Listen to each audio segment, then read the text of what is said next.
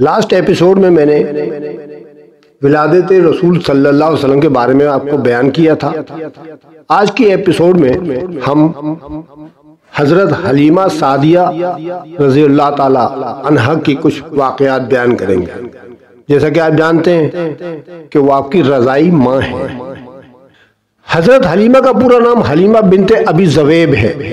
آپ کے شوہر حارث بن عبد العزا اور قبیلہ بنو سعد بن بکر بن حوازن ہے۔ قبیلہ بنو سعد عرب کا نامور قبیلہ تھا جس کی شجاعت اور بصالت کی ہر طرف دھوم تھی۔ حلیمہ دھڑکتے دل کے ساتھ اندر داخل ہوئی۔ سب سے پہلے خوشبو کے جھونکوں نے اس کا استقبال کیا۔ وہ دل آویز خوشبو سے مسحور و بے خود ہو گئی۔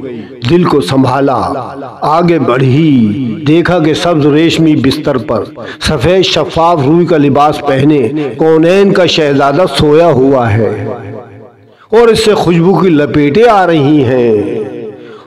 ایمن اسے نو مولود کے پاس لے گئی کیونکہ وہی اس کی خدمت پر مامور تھی۔